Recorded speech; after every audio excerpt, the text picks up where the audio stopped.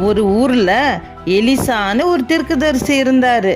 அவர்கிட்ட ஒரு பெண் வந்து, என் கணவர் எப்படி கர்த்தருக்கு பயந்து நடந்தார்னு உங்களுக்கே தெரியும். அவர் கடன் வாங்கியிருந்தாரு. இப்ப அவர் இறந்துட்டாரு. கடன் கொடுத்தவன் என் 2 பிள்ளைகளையும் அடிமைகளா வச்சுக்க போறேன்னு சொல்றான்னு சொன்னான். எலிசா அந்த பெண்ணிடம், நான் உனக்கு என்ன செய்யணும்? சரி, உங்க வீட்டில் என்ன இருக்கிறது என்று கேட்டார். ஒரு குடம் எண்ணெய் இருக்கு, வேற ஒண்ணுமே இல்லை என்றாள். நீ போய் பக்கத்து வீடுகளிலிருந்து காலி பாத்திரங்களை கேட்டு வாங்கு. நீயும் உன் பிள்ளைகளும் வீட்டுக்குள்ள போய் கதவை பூட்டி உன் குடத்தில் உள்ள எண்ணெய காலி பாத்திரங்கள் எல்லாவற்றிலும் ஊற்றுங்கன்னு சொன்னார். அந்த அம்மாவும் எல்லா பாத்திரங்களையும் ஊற்ற ஊற்ற குடத்திலிருந்து எண்ணெய் வந்து கொண்டே இருந்தது.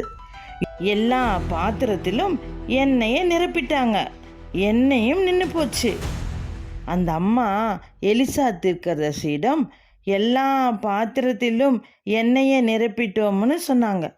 அதற்கு எலிசா, நீ போய் அந்த எண்ணெயை விற்று உன் கடனை அடைச்சிடு, மீதி உள்ள பணத்தை வச்சு சந்தோஷமா வாழுங்கன்னு சொன்னார். இதுல இருந்து நமக்கு என்ன தெரியுது? ஒருவன் கர்த்தருக்கு பயந்து வாழ்ந்தால் அவனுக்கு பிறகு அவன் சந்ததியை கர்த்தர் கைவிட மாட்டாரு.